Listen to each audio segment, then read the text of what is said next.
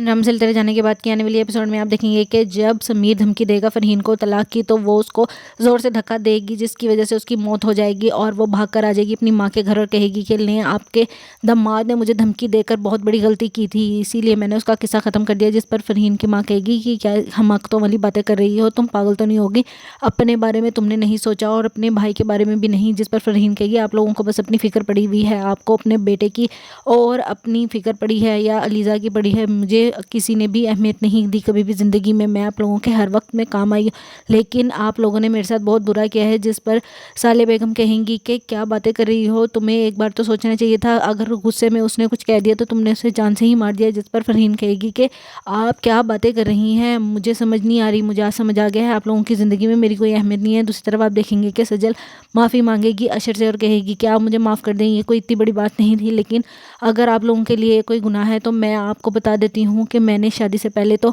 मोहब्बत की थी, लेकिन अब मैं उमैर के लिए बिल्कुल भी वैसे जज्बात नहीं रखती जैसे कि मेरे दिल में आपके लिए हैं, और मैं सिर्फ़ और सिर्फ अब आपसे मोहब्बत करती हूँ, इसलिए आप मुझे हमेशा के लिए माफ़ कर दें। जिस पर अशर कहेगा कि ये बात तुम्हें मुझे पहले बता देनी चाहिए थी, मैंने तुम्हें इतनी बार एतमाद में लेने की कोशिश की, लेकिन तुमने मुझे कभी ये बात नहीं बताई, इसकी वजह से आज देखो कितना बड़ा हंगामा खड़ा हो गया। अगर तुम ये बात मुझे पहले बता देती तो मैं हालात अपने तरीके से हैंडल कर सकता था। चलो अब भी कोशिश करता हूँ कि शायद हालात मेरे कंट्रोल में आ जाएं, लेकिन आपको इस हालत में बिल्कुल भी स्ट्रेस लेने की ज़रूरत नहीं है क्योंकि आपका शौहर आपके साथ है, इसलिए आप बिल्कुल रिलैक्स रहें। जिस पर सजल कहती है कि जितनी कोशिश मैं कर सकती थी मैंने कर ली, लेकिन यहाँ तो औलाद के बारे में भी गलत बातें की जा रही हैं, इस औलाद को भी मेरे लिए सवाल निशान बनाकर रख दिया गया है, मैं बहुत ज़्यादा परेशान हूँ, प्लीज़ कुछ कीजिए नहीं तो मेरा सर फट जाएगा। जिस पर अशर कहता है कि इतनी बड़ी बात कहने वाले ये होते कौन है, मुझे तो यकीन नहीं आ रहा कि मेरे घर वाले इतनी घटिया बात भी कर सकते हैं, इसलिए आप रिलैक्स रहें, अब मैं इनको अपने तरीके से हैंडल करूँगा।